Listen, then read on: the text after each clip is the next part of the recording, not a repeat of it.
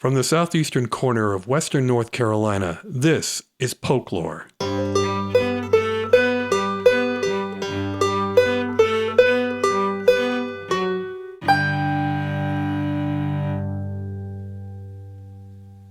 I'm your host, James Hernishan. There's a new nonprofit community-minded organization in your part of the world dedicated to improving your life and those of the people around you. I know, we're only 10 seconds into this episode and you're thinking I've already run out of material. But hold on. The tagline for Folklore is Small Town, Big Ideas, and that's for a reason. There are some serious issues at stake here, so give me a few minutes before we're giving up on this one. At the very least, you'll find out where and when you can get some free food and live entertainment from one of Saluda's best musicians later this month. The new organization is called Track Saluda. Its mission is to raise the quality of life in Saluda and hopefully set an example for the rest of the county by supplying guidance on how and what we eat, how much we get outside and play, and how much time we spend connecting with each other. The details are drawn from something called the Blue Zones Project, which has its academic origins in a 2004 paper in the peer-reviewed journal Experimental Gerontology about why so many people on the Italian island of Sardinia were reaching the age of 100 or more. It turns out that almost 17% of Sardinians were at least 100 years old, which is kind of crazy if you consider that the comparable percentage in the US is less than 1%. But more important, many of those ultra-old Sardinians were still in really great shape. An endurance cyclist named Dan Buettner wrote a story for the National Geographic magazine the next year about what the scientists were calling blue zones, places around the world where people are living longer, healthier lives. Those zones included communities in Greece, Japan, and Costa Rica. Then he set up pilot projects in 3 California communities, of course it was California, to see if he could replicate the lifestyle factors that were responsible for the long, healthy lives. Here's a quote from the Blue Zones Project. The world's longest lived people don't pump iron, run marathons. Instead, they live in environments that constantly nudge them into moving without thinking about it. They grow gardens and don't have mechanical conveniences for house and yard work. Hard to argue with that. A viral TED Talk and 13 years later, and the Blue Zone concept seems to be catching on. And why not? As our populations age, staying healthy into our 80s, 90s, and even 100s is not just a nice idea, it's going to be essential to our economy. Closer to home, Brevard is now officially a certified Blue Zone community, and a group of folks in Saluda recently decided to follow suit. Track Saluda is being led by the Saluda Living in Place organization, or SLIP, which is devoted to making life easier for our elderly folks. I spoke with one of the chief organizers, former Saluda City Commissioner Lynn Cass, at her home in Saluda. Lynn Cass, welcome to Folklore. Thank you. It's good to be with you, James. This is going to be a little bit of a departure for Folklore because usually I'm talking about something that has been an issue in the community for a little while. This is something that's new. This is something that hasn't really been unveiled to the public yet. It's called On Track. So before you get into the details, give me a sense of what it is you and your group thought needed to be addressed. What is this On Track looking to fill, and how you came about with the idea of creating the organization? Well, On Track Saluda is really a committee of Saluda Living in Place. And Saluda Living in Place was to help people stay in their homes as long as they could, because we're dealing with an aging community. But On Track Saluda is for everyone because we're trying to help people live healthier lives. We want them to do healthy eating. We want them to get more exercise. We want them to have a purpose in their life. If you have a purpose in your life, you get up in the morning. So we're trying to keep people on track. Is this because you think there are people who aren't on track? Oh, I think a lot of us are not on track. I think a lot of people, don't know what they're going to do with their lives or what they're going to do every day. I mean, we see a lot in Saluda that many people are on track and people are really purpose-driven. But I think some people are floundering, and so we want to make sure everybody's in there together. And another part of this is social connections, because social connections are really very important. And so we want to bring people into the fold who may be new here, who may not have a connection to Saluda. What is the target audience in terms of demographics? I mean, you can say, everyone, but people who are busy with running a business or raising a bunch of kids, they're probably already focused on their life. They're very focused. Well, all the people that we're working with right now are retired, but they're young retirees. They're not all, just ready to keel over. They're very active retirees, and a lot of them are already doing these things. We're just trying to put a name on it and get more people out and about, walking on the trails. A lot of people already do that too, but this is going to be an organized group. Okay, well, I'm looking at some of the literature you've produced. You say you have 3 purposes: healthy eating, movement, and social connections. And you can't really argue with the merits of any of those things. Where did these ideas come from? Well, with Saluda Living in Place, early on in the organization, we invited somebody from Park Ridge Hospital. That's before it became Advent Health. We invited somebody who was talking about the blue zones. And so there's a man named Dan Buettner who started this project. And what he did was he took a blue line and drew it around 5 countries where people live the longest. And he saw what was happening with those people. And they're Mediterranean countries. And so he saw what was happening. They were living to be 107, 108 years old. They were healthy. They were working the fields every day. They were living, and they were not older and not doing anything. So we thought, this is something we should look at. But fast forward, last year, I was looking for somebody that my husband Mike, who taught at Mercer University in Macon, he taught somebody who was married to, we knew who she married, and I was looking for her, and I found that she was in Brevard, and her husband happened to be head of the Pisgah Health Foundation at the time. And Pisgah Health Foundation got a lot of money in a settlement with the hospitals, and so they had some money to spend in Brevard. And so they decided to look into the Blue Zones project, and they became a Blue Zones, one of the few in the States. So I got in touch with Bonnie and Lex, and several of us with Saluda Living in Place were very interested in this project and that it was right there near us. So we went over and visited with Lex, and we learned all about what they were doing. But the catch was they'd paid $3 million a year to be a part of that group. Saluda Living in Place and a new organization had no money to do anything. So Lex helped us formulate some of these things, told us how we could do it without being a big part of the Blue Zones and not named a Blue Zone. Where's the Blue Zone headquartered? Like, what's its scope? It's, I don't know where Dan Buettner lives, but a lot of it's in California where they've started things. And a lot of people think it's involved with Advent Health or the Seventh-day Adventists. And Seventh-day Adventists are some of the healthiest people in the world because they do follow all these tenets. I don't know if they drink a glass of wine every day, but they eat healthily. They don't smoke and stuff. So, but he's written several books. I mean, there are cookbooks about this. He's written a cookbook. And a lot of these, we want to make the cooking easier. We don't want to go into some exotic cooking, but you can eat healthily without being so off the charts. The Mediterranean diet, as I've recently read, is consistently considered one of the easiest and most effective diets for people to follow if they want to improve their health. And it's not a fad. It's been around for thousands of years and based on olive oil, fish, heavy on the vegetables. At the risk of offending some folks, it's not exactly a Southern diet. No, it is not a Southern diet, but I know a lot of people who have not switched totally, but I've been switching over the years, morphing into something healthier. And a lot of people may not want to do that up here, but we want to at least introduce the concept. It's so easy. I mean, if you're eating vegetables and fruit and you're not cooking with all this grease, but you're using olive oil, I mean, there are a lot of things that you can do. So, anyway, we were trying to make that the Mediterranean diet is the one to follow if you want to be part of this, not be a part of this, but want to live healthier.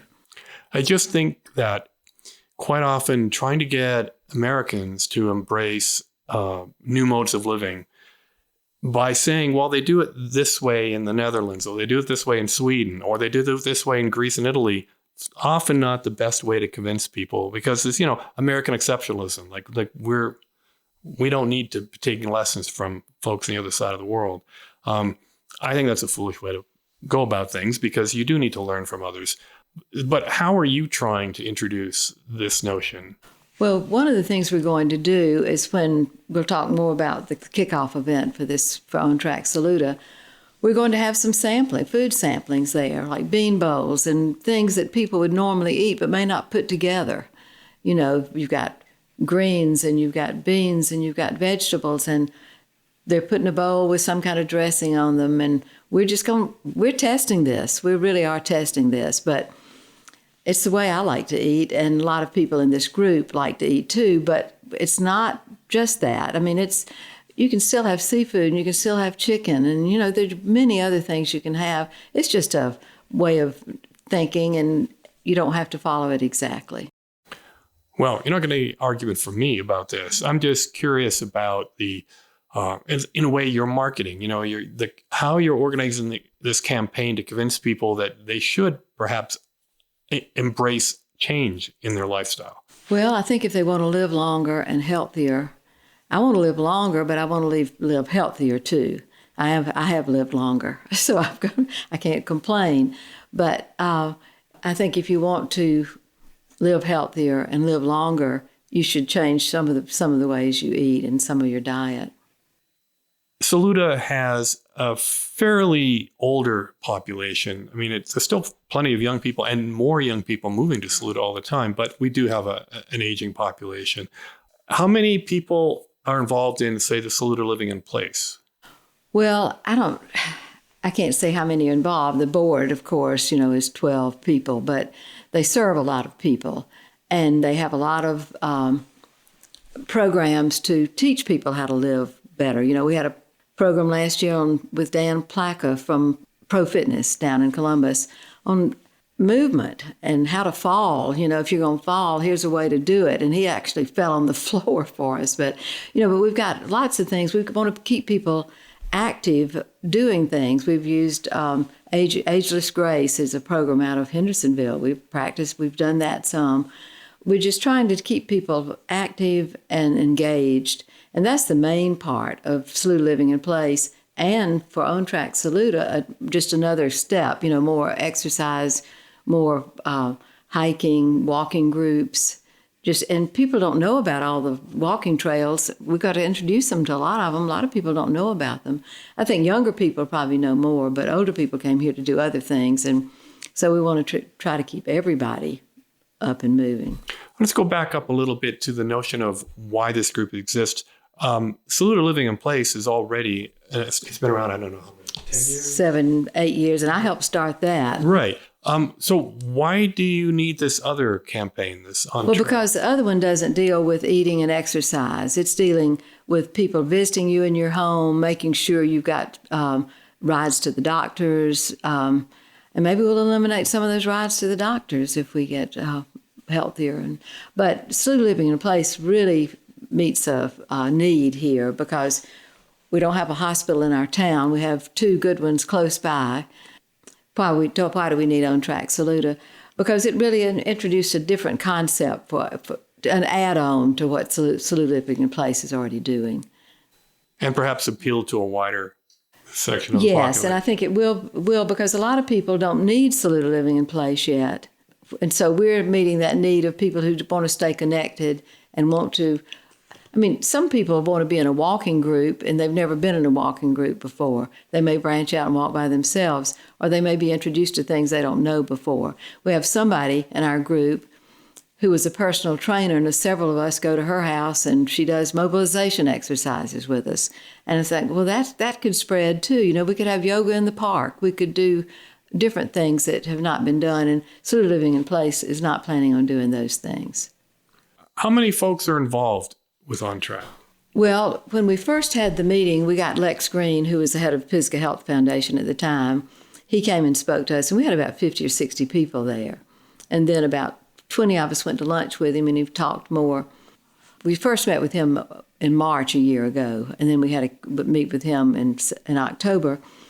And then from that, we've got about 30 people who come once a month to meet to plan what we're doing. Well, that's rather impressive. I mean, not that many people show up for a city commissioner's board or planning board.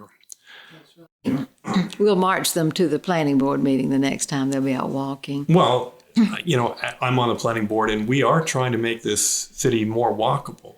That's a big goal. And I know that Glenn Franklin has told you about this because she comes to our meetings. She doesn't want to be really a part. She wants to be a go-between so she can keep y'all informed. Well, it's good to know that we have a constituency that is going to be pushing for that. Mm-hmm. Yeah. And we're introducing it to the schools. One of our members is Lisa Broyles, who's the doctor up here, and her daughter goes to the elementary school. And Lisa's printing out 148 flyers to give to every child in that school. So we hope they'll come to the kickoff event on June the 22nd. Well, that's one of the reasons we're talking is, again, this is an attempt for me to make people aware of this, because so often you have an organization that organizes meetings and runs campaigns, and no one ever really finds out about it because we just don't have a common place to spread the word. Which brings me to the third element of the On Track's purposes, the social connections. What are you trying to accomplish there? Well, one thing we're going to do at our kickoff event is we've got an interest sheet with a lot of different activities. And are you interested in some of these things? And let people let us know what they're interested in. It lists everything from pickleball to knitting and, knitting groups. And a lot of these groups are going on, but people don't know about them because, there's a knitting group at the senior center. There's a book club at the senior center, but they don't do a newsletter right now. And so Saluda Lifestyles is really our place where everybody knows what's going on if you read it every time. Yeah, for anyone who doesn't know, Saluda Lifestyles comes out twice a month as an email newsletter that kind of runs down everything that you might want to know about in Saluda, at least from an event and different businesses, the music that they're putting on, that kind of thing. And it's interesting that only Saluda has that. Tryon and Columbus don't have something similar. I know, and I can't remember. I think they have about 3,000 subscribers, though. People who are from way out of town, who may be coming here eventually, or just summer people, or come on the weekends. So it's our only way of getting the word out. And for this organization, we didn't want to spread the word out, blanket, because we're really trying to focus on Saluda people getting connected with each other. We welcome anybody to come to this event. But these are people who are going to be in Saluda making connections, and they'll get to, we don't know how many of these interest groups are going to form, but there may be somebody who wants to form one too. Maybe they've got something going on that we don't know about, but we've got a long list of things that people have come up with to say, are you interested? I'm kind of reminded of an orientation day at a college or a high school where all the different student groups set up a table in a big room. That's what we're going to do that night. We're going to have, we won't have everybody setting up a table because we won't be having every nonprofit there, but we'll have interest groups. We'll have Kate Bush is doing the chair of the movement committee, so we're going to have some movement going on. We're going to have square dancing going on. We're going to have a band there. We're going to have Alan Dillman with his group coming.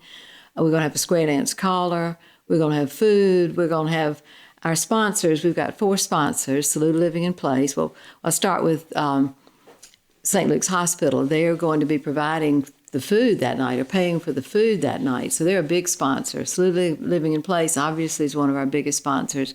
Green River Adventures is going to be a sponsor because look at what they do with movement and with outdoor activities.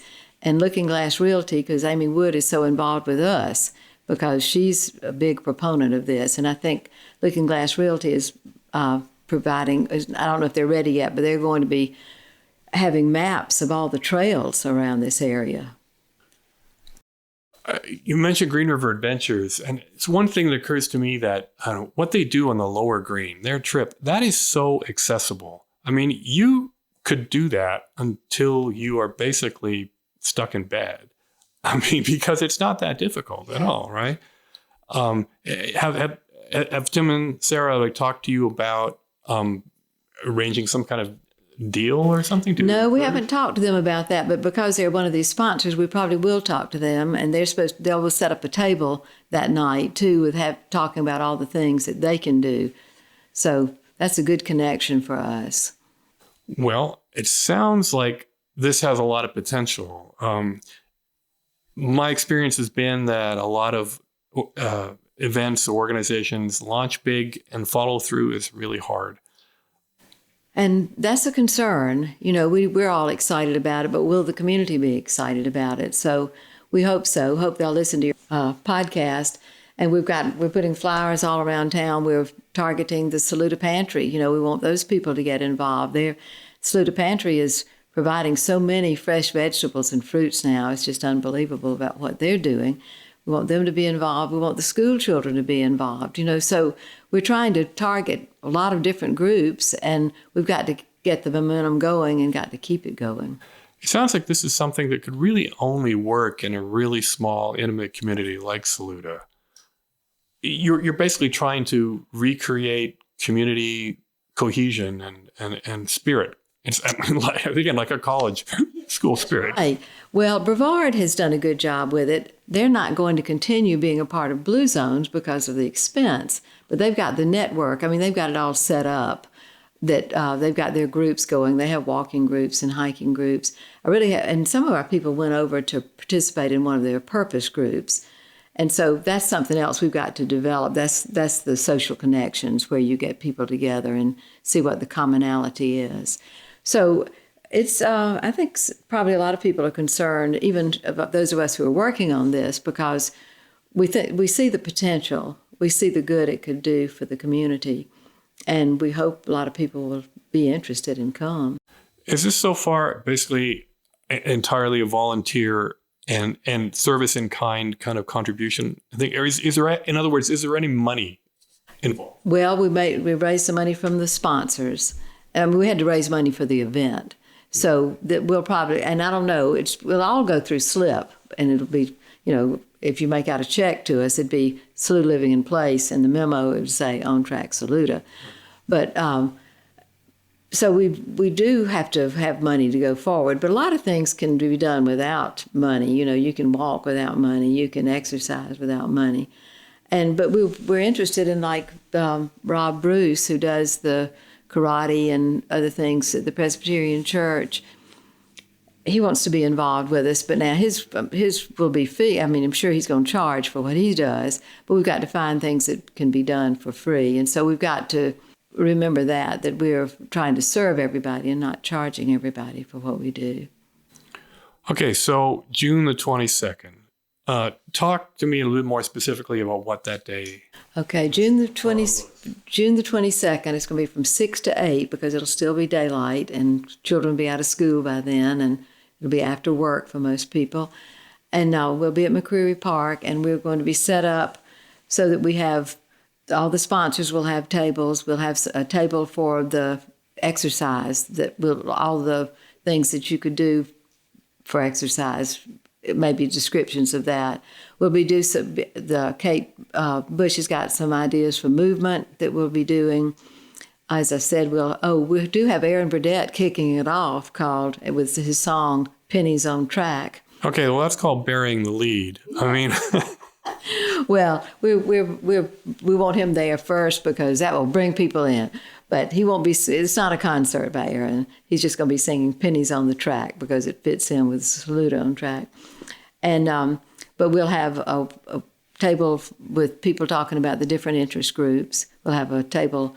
We'll have the food because we're going to be preparing the food, so there'll be a healthy food for everybody, and they'll healthy drinks. It's going to be like water with lemon water. It's not going to be sugar based.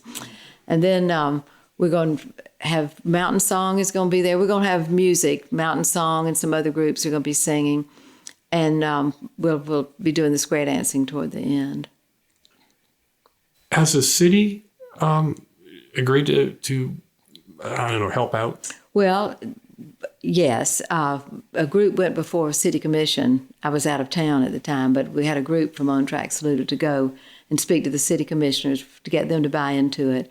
We hope they will all come. They've all been invited, so we want them to come and see what we're doing because they're the leaders. We want them to sort of lead the way in some of this, but we're not asking them to lead the way, but we want them to support what we're doing.